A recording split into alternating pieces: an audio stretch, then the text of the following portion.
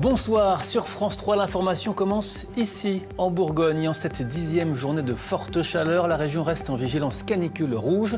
Ce soir, nous verrons comment les hôpitaux s'organisent. 30% d'appels en plus au CHU de Dijon, notamment pour des déshydratations ou des malaises liés à des activités sportives.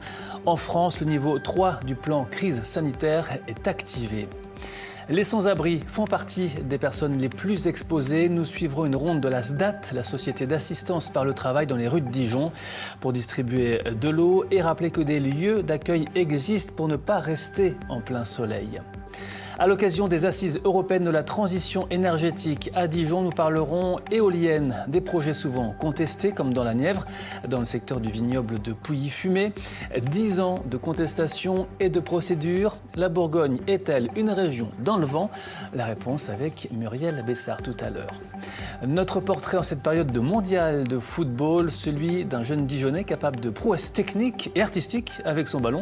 Joachim Houdin est un champion de foot freestyle. Il se prépare pour les championnats du monde et publie ses exploits sur les réseaux sociaux. Et d'abord, ce nouvel incendie inquiétant en cours en Saône-et-Loire dans le Chalonnais, secteur de Mercurey. 4 hectares au moins d'une forêt de pins auraient déjà brûlé. D'importants moyens sont sur place. Les dernières informations en direct avec vous, Alexandre Baudran. Vous le voyez derrière moi, les équipes des pompiers sont encore à pied d'œuvre. Près de 80 sapeurs sont déployés sur ce secteur très boisé sur les hauteurs de Mercurey. Nous sommes entre les quartiers de Touches et des Cèdres et il y a une sapinière et le feu serait a priori peut-être parti d'une des poubelles qui est située derrière moi. Une information à confirmer. La priorité des pompiers a été de sécuriser le centre de formation Jean Lameloise qui est situé en contrebas.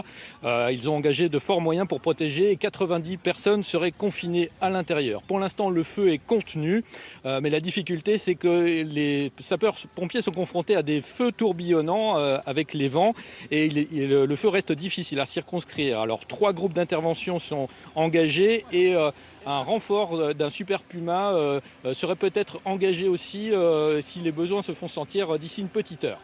Merci Alexandre Baudran en direct de Mercurey en Saône-et-Loire.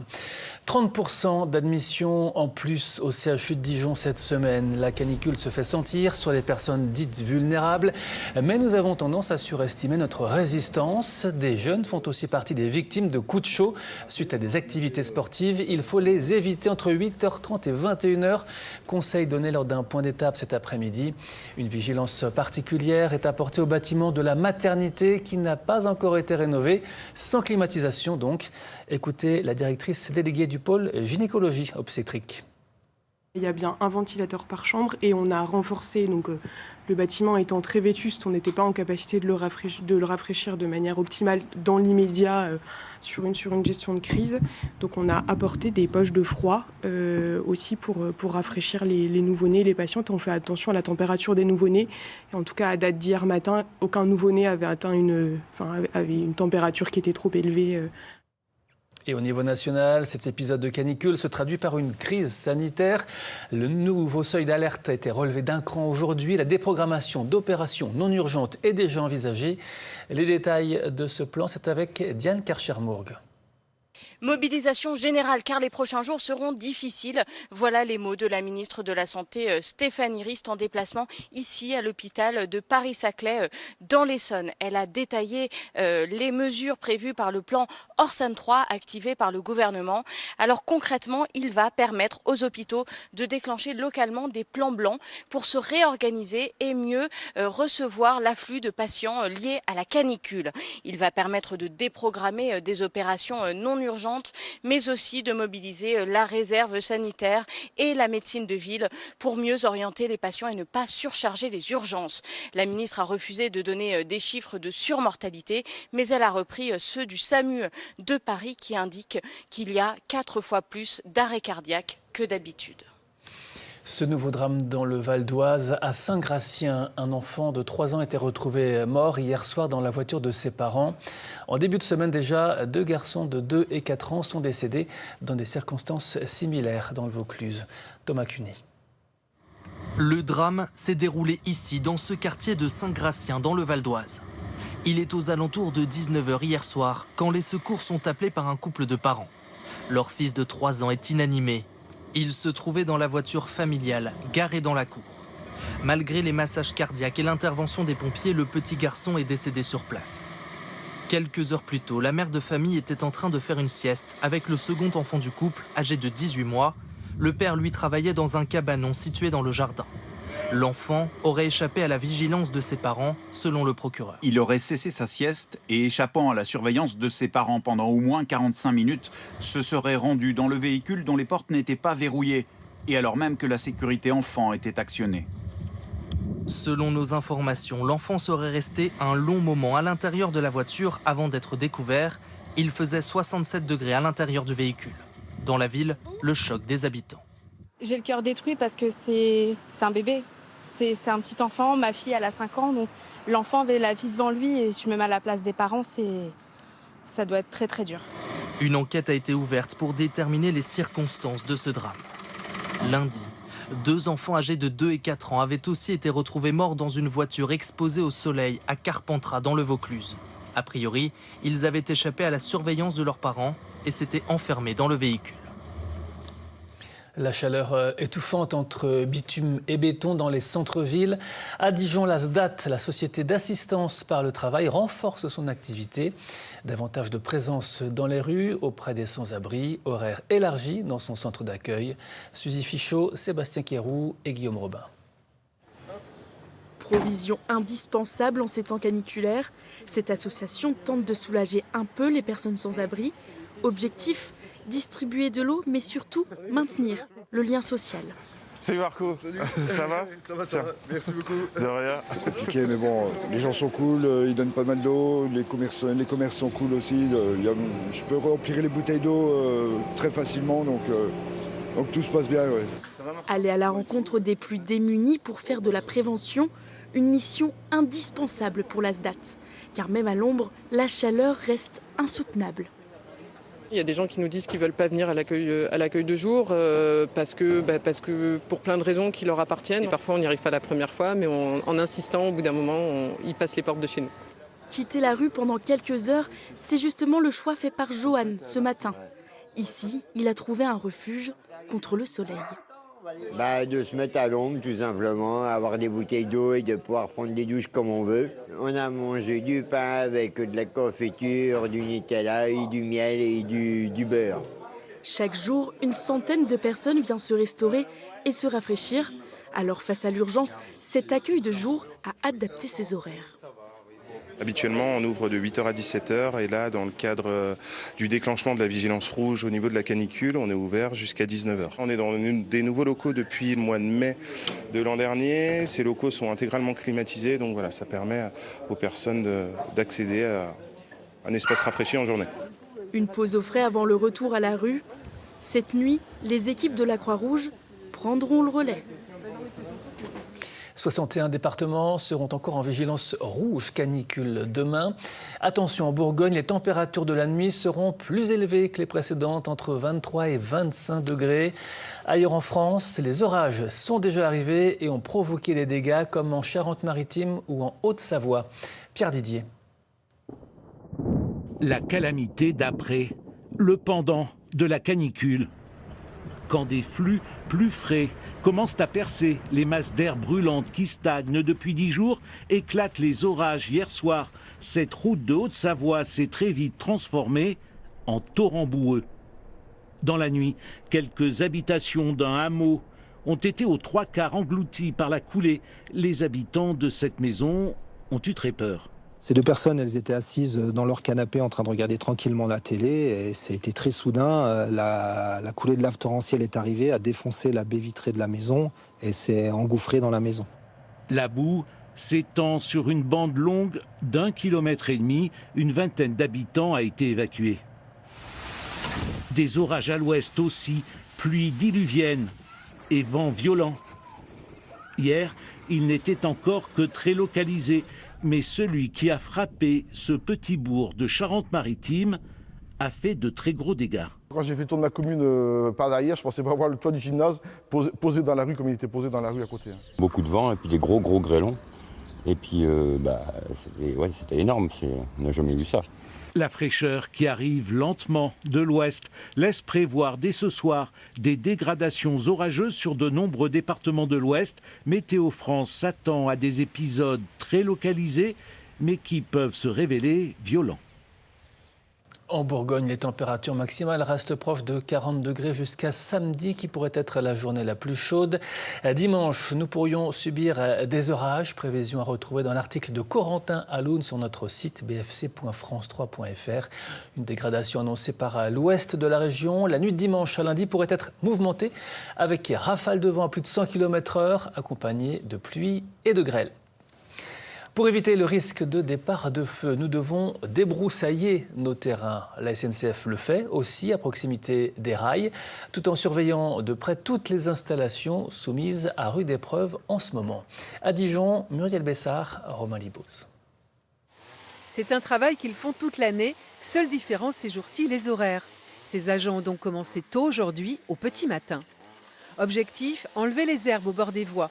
Elles peuvent gêner la visibilité des conducteurs et quand elles deviennent sèches comme en ce moment, engendrer un risque d'incendie. Aujourd'hui, le risque d'incendie, comme pour le monde de l'agriculture, il peut venir de tout sujet. La moindre étincelle peut venir. Une bouteille, un morceau de verre, le soleil. Le frottement des roues des trains sur les rails est aussi porteur de risques, même le travail engagé aujourd'hui. Sur la partie débroussaillage, oui, on pourrait créer une étincelle en tapant un morceau de ballast avec une lame. En Bourgogne-Franche-Comté, 1000 agents surveillent et entretiennent les 3000 km du réseau ferré. Tous les éléments sont scrutés, la végétation donc, mais aussi les caténaires pour voir si elles ne se détendent pas avec la chaleur, et les rails. Les rails sont constitués essentiellement d'acier et du coup se dilatent sous l'effet de la chaleur. Nous avons, en partenariat avec Météo France, nous recevons des bulletins météo avec les températures et du rail et de l'air qui nous permettent d'anticiper. Des tournées sont ensuite effectuées visuellement, à pied et en train, pour affiner le diagnostic et déclencher éventuellement une opération de maintenance. Les effets du réchauffement climatique étudiés de près à Dijon lors des assises européennes de la transition énergétique. Intéressons-nous ce soir aux éoliennes et à la contestation qu'elles provoquent toujours en raison des nuisances pour l'environnement, justement, comme dans la Nièvre autour du vignoble de Pouilly-Fumé depuis plus de 10 ans. Rémi Chiden, Sophie Aymar. Au pied de ces hectares de vignes, cœur de l'appellation Pouilly-Fumé, des éoliennes pourraient bientôt voir le jour. 8 mâts, 180 mètres de hauteur en bout de pale, une perspective inconcevable pour ce collectif d'opposants. On a voulu combattre ce projet-là parce que c'était une atteinte très grave à l'environnement et aux aspirations des populations locales. Il ne faut pas faire du forcing, ce qu'on a beaucoup trop fait en France. Le projet a reçu l'aval de la préfecture en 2017. Depuis, il est contesté en justice, notamment en raison de son impact sur les grues cendrées, espèces migratrices protégées présentes chaque hiver dans le secteur. Tribunal administratif, Conseil d'État, 10 ans de procédure à porter pour l'association. Le promoteur compte également sur le fait que les associations ont quand même des moyens limités par rapport à eux qui ont des moyens illimités. Donc ils poussent toutes les procédures possibles pour essayer de nous arrêter en chemin, faute de financement. Mais là, ce ne sera pas le cas. De nombreux élus du territoire ont également fait savoir leur opposition, par crainte des retombées négatives sur l'attractivité. Ça impacte complètement ce terroir de vignes et notre paysage, notre patrimoine paysager. Le promoteur vantait 200 000 € par an de retombées fiscales pour les communes concernées. Mais depuis le début du projet, les municipalités ont changé et le soutien se fait rare. Moi, personnellement, je ne suis pas favorable au projet pour la commune de Saint-Laurent, bien qu'il y aurait un petit pécule financier, mais je préfère être bien avec les habitants de ma commune. Les opposants espèrent une décision favorable du Conseil d'État après l'été. Ils ne pourront rien en revanche contre l'extension du site voisin de Pougny. 5 mâts supplémentaires devraient bientôt s'ajouter aux 12 éoliennes existantes. Nous voyons des éoliennes un peu partout dans notre paysage. État des lieux dans la région avec vous, Muriel Bessard. Bonsoir. Bonsoir. D'abord, depuis quand parlons-nous d'éoliennes ici chez nous? Alors, on commence à en parler depuis une vingtaine d'années. Les premières éoliennes sont nées en 2007 dans notre région. Et aujourd'hui, où en sommes-nous? Alors aujourd'hui, il y a 66 parcs sur toute la région Bourgogne-Franche-Comté. Ça représente 845 éoliennes, essentiellement dans 2 départements, l'Yonne, qui compte 26 parcs et 192 éoliennes, et la Côte d'Or, 23 parcs, 168 éoliennes. On parle bien de parcs qui fonctionnent, des éoliennes qui produisent de l'électricité. Il y a aussi des parcs qui ont obtenu des autorisations, mais qui ne fonctionnent pas encore, puisqu'ils sont encore en chantier. Et ces 56 parcs dans la région, ça sera 360 éoliennes supplémentaires très bientôt. Ça représente une source d'énergie importante? Oui, assez importante. Alors, modéré, 3,8 gigawatts dans notre région, c'est 2,3% de la production éolienne de la France en général. En ce qui concerne la consommation, c'est 3,8 mégawatts, c'est 13,3% de la consommation énergétique totale des habitants de Bourgogne-Franche-Comté. Et en France, où en sommes-nous?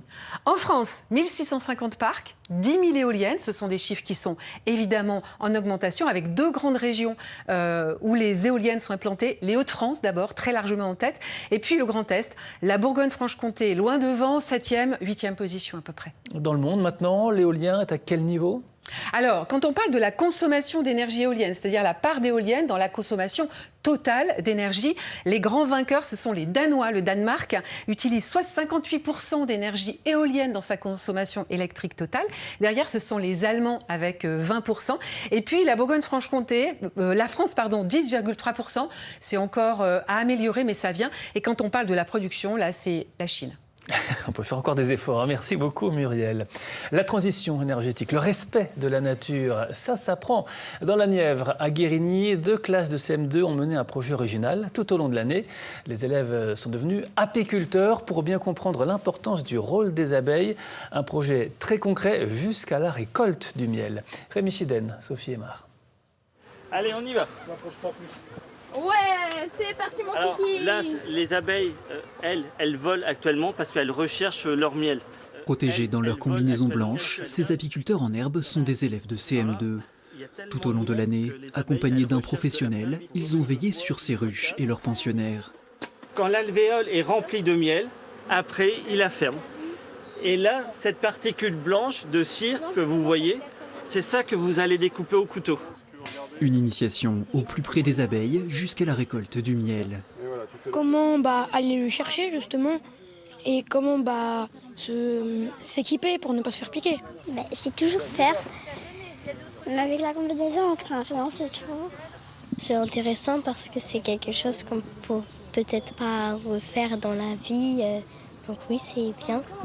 En 4 interventions, Xavier Cloiseau tente de leur transmettre sa passion. Tu me remontes ça comme ça, voilà. Alors l'idéal, tu vois, c'est pour ça. Je t'ai mis ça là. Voilà, maintenant tu peux. Ils prennent confiance, ils apprennent à savoir ce que l'abeille elle fait, comment elle fonctionne, et petit à petit, ils acceptent l'abeille, parce que le but c'est que ça soit concret pour eux.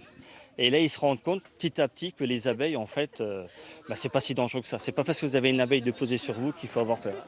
Rapidement, l'extraction n'a plus de secret pour eux.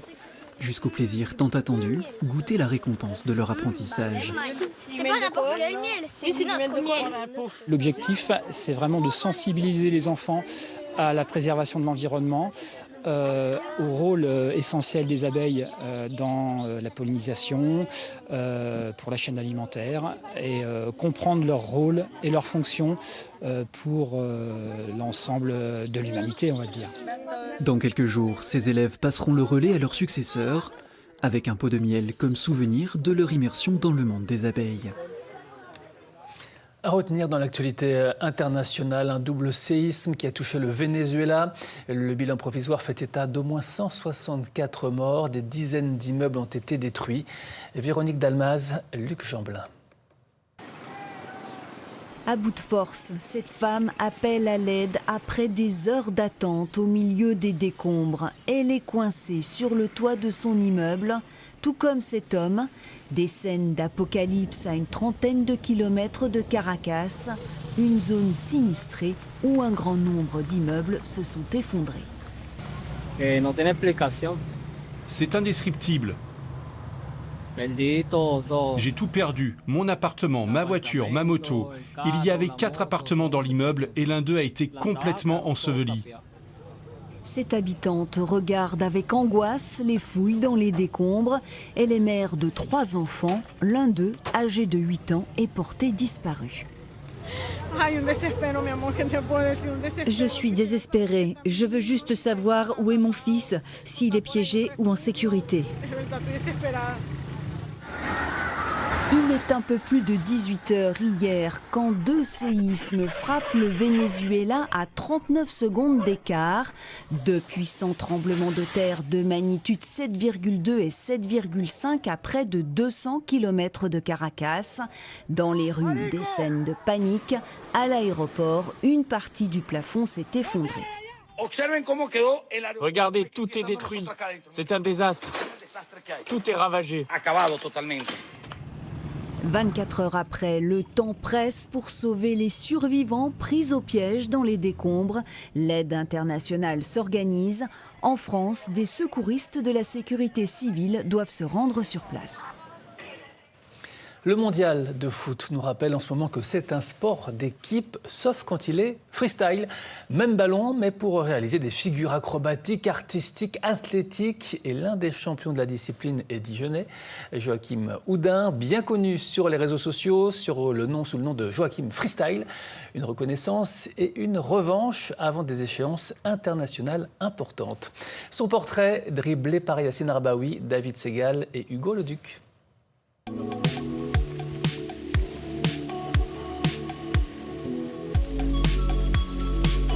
C'est un artiste du ballon rond, capable de transformer n'importe quelle figure en un spectacle. À 23 ans, Joachim fait partie des meilleurs freestylers français. Ce matin-là, il tourne une vidéo pour ses réseaux sociaux. Moi, ce que j'avais imaginé, en fait, c'est un plan, tu vois, ça part un peu de l'orbite de mon œil. Ensuite, ça dézoome un peu. Ensuite, il y a peut-être un plan panoramique, on voit un peu la place, peut-être moi qui jongle au milieu. Joachim met en scène ses performances en foot freestyle, un sport qui allie football et gestes artistiques. Aujourd'hui, ses vidéos cumulent des millions de vues. Ce que ça apporte, c'est de la visibilité forcément, de la crédibilité aussi, et puis ouais, de l'exposition tout simplement de nos disciplines et puis de nous en tant qu'athlètes aussi. Une discipline qui est presque arrivée par hasard.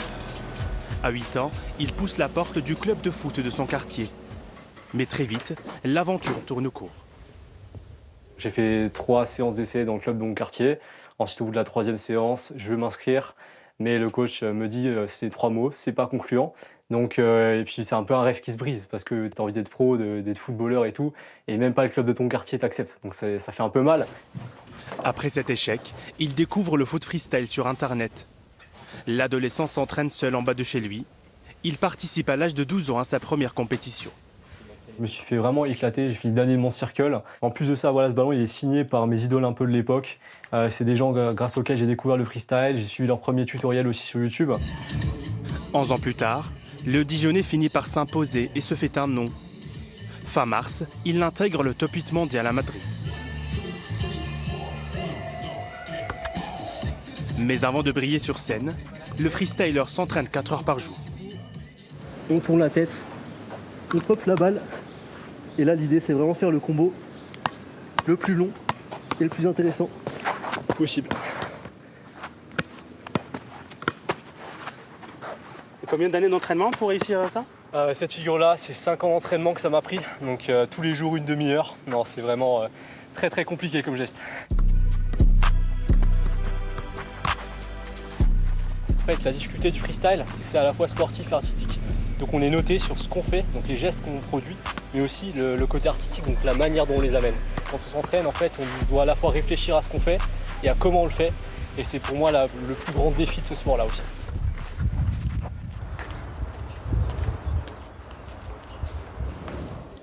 Quand le ballon quitte ses pieds, Joachim retrouve les bancs de la fac.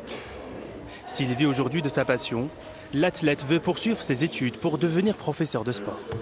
On va dire une carrière, ça dure un certain temps. Je suis jamais à l'abri d'avoir un imprévu, c'est-à-dire une blessure ou quoi que ce soit. La rigueur que j'ai dans les entraînements, la passion aussi que j'ai pour ma discipline sportive me permet aussi d'être passionné pour mes études et pour l'enseignement de l'EPS aussi. Vraiment comme ça. Okay. Parfait.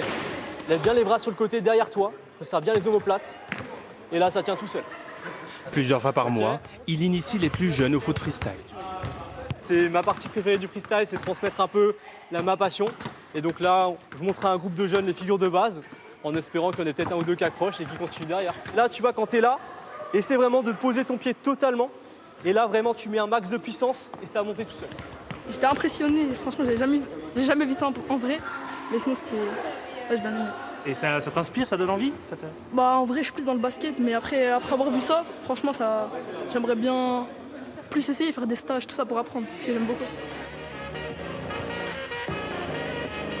Joachim n'a pas fini de faire tourner les têtes ni les ballons.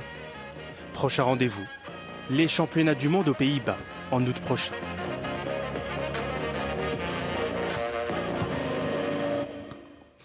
Grâce à l'équipe de Ça se passe ici, prolongeons la fête de la musique à Simandre, en Saône-et-Loire, où l'harmonie municipale existe depuis plus de 120 ans, mais a réussi à moderniser son répertoire. Au programme ce soir, rien que pour nous, Indochine et Donna Summer, grâce à un chef plutôt rock'n'roll. Battons la mesure avec Yacine Arbaoui.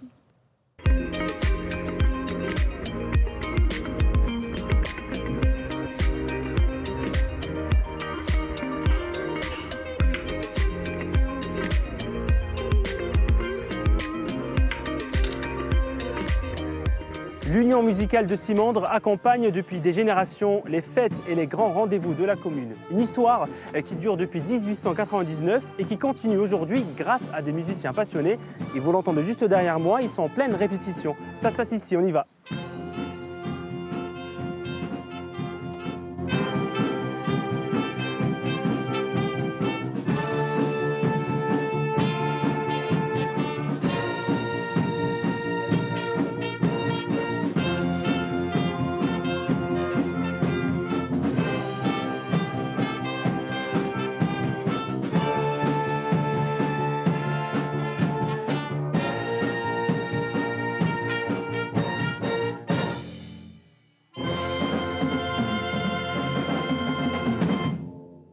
Bonsoir Laurent. Bonjour. Merci de nous accueillir, j'ai reconnu, c'est Indochine. C'est Indochine, c'est ça. Alors dites-moi, vous êtes le chef d'orchestre, c'est ça? Oui, c'est ça. Depuis combien de temps? Depuis 20 ans. Alors comment vous choisissez vos morceaux? Oh, c'est aléatoire. Je fais plus souvent du rock et beaucoup de musique de film aussi. Par exemple? Par exemple, on va en Rambo, on peut aller jusqu'à SOS Fantôme, en passant par des musiques de films modernes comme Formule 1 avec Brad Pitt. C'est assez éclectique, c'est très étendu notre répertoire. Pourquoi ce répertoire justement? Parce que ça me plaît. Tout simplement. Oui, voilà. Et ça plaît aux musiciens aussi? Oh, ça fait 20 ans qu'ils me supportent, donc je pense que oui. Il y a des pépites, des pros qui se sont révélés? Oh, bah ouais, on a un petit jeune Dimitri qui chante, qui va devenir pro, mais ouais. Donc voilà, pas encore des Michel Sardou, mais enfin, bon, ça va venir. Ça va venir. Merci beaucoup. Bah peut-être Michel Sardou, mais version féminin. Pascal, bonsoir. Bonsoir, je ne chante pas, donc pour Michel Sardou, ce sera un petit peu compliqué. Et justement, vous jouez quel instrument? Moi, je joue de la clarinette. Voilà, c'est mon instrument depuis pas mal d'années maintenant. Ça fait combien de temps que vous faites partie de l'harmonie? Alors, c'est plutôt récent, ça fait depuis février donc de cette année. Je trouve vraiment c'est une belle harmonie où les gens sont solidaires, accueillants. Quand il y a une manifestation, tout le monde est là pour donner un coup de main. Chaque musicien a un niveau différent. On a la chance d'avoir un chef qui réécrit beaucoup et il adapte vraiment à chaque personne. C'est vraiment adaptable. Et ici, en fait, on vient comme on est, avec ce qu'on a, avec ce qu'on peut.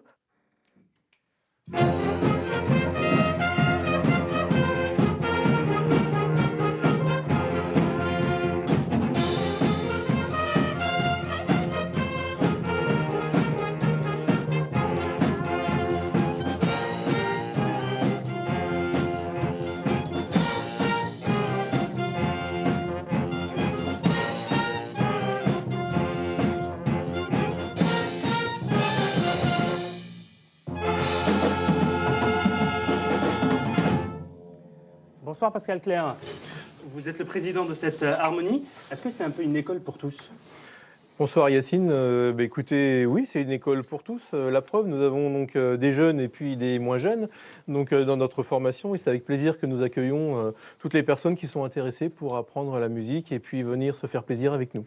Alors l'harmonie existe depuis 1899. Oui. C'est l'une des plus anciennes du département. Quelle est l'histoire de cette harmonie? Comment est née Eh bien, à l'époque, donc en fait, c'était des personnes donc du village, hein, donc toutes professions confondues, qui étaient notamment du milieu agricole, donc qui se sont réunis, donc qui avaient un attrait pour la musique et qui se sont réunis, qui ont donc mis en place une petite formation au départ, et puis qui a grandi au fur et à mesure des années. Est-ce que c'est difficile de faire vivre une harmonie dans une petite commune comme la vôtre? C'est pas toujours évident et donc il faut bien reconnaître que nous sommes fiers et très heureux de pouvoir accueillir également des membres des personnes d'autres communes. Hein. C'est ça le défi aujourd'hui, c'est de pouvoir faire perdurer cette harmonie et accueillir d'autres. Alors je dirais que le défi il est double, il est de pouvoir faire perdurer notre formation, donc susciter donc entre guillemets des vocations et puis également notre défi c'est de pouvoir également remotiver des musiciens, puisque bon, comme beaucoup d'entre nous, nous avons été jeunes, nous avons participé il y a quelques décennies donc, à la constitution également et à la pérennisation de cette formation. Mais bon, la vie professionnelle étant, il a fallu donc partir pour certains. Donc certains sont revenus et on a encore un petit peu du mal à motiver certaines personnes. C'est un petit peu dommage. Donc si effectivement ces personnes veulent nous rejoindre, eh bien c'est avec grand plaisir que nous les accueillerons de nouveau. Et surtout que cette harmonie, elle est importante à Simandre pour la vie de la commune. Alors pour la vie de la commune, écoutez, nous participons à toutes les commémorations donc officielles, bien évidemment. D'autres manifestations, des concerts, que ce soit à l'église, à la salle des fêtes. Nous organisons également une randonnée musicale, hein, donc tous les ans. Merci beaucoup Pascal. Merci, alors Yacine. si vous voulez découvrir ces musiciens, eh bien rendez-vous ce week-end à la fête patronale de la Saint-Jean, ici à Simandre. La suite du 19-20, nous préparons de prochaines vacances en France et on vous emmène ce soir en Bretagne, dans les Côtes d'Armor, à Dinan, avant de chercher la fraîcheur au bord de la Rance, dans les cabanes de pêcheurs avec Raphaël Tavernier. Faisons un tour sur le marché, sur les remparts rénovés et aussi chez des artisans d'art installés dans les rues les plus typiques. Bonne balade, à demain 19h15.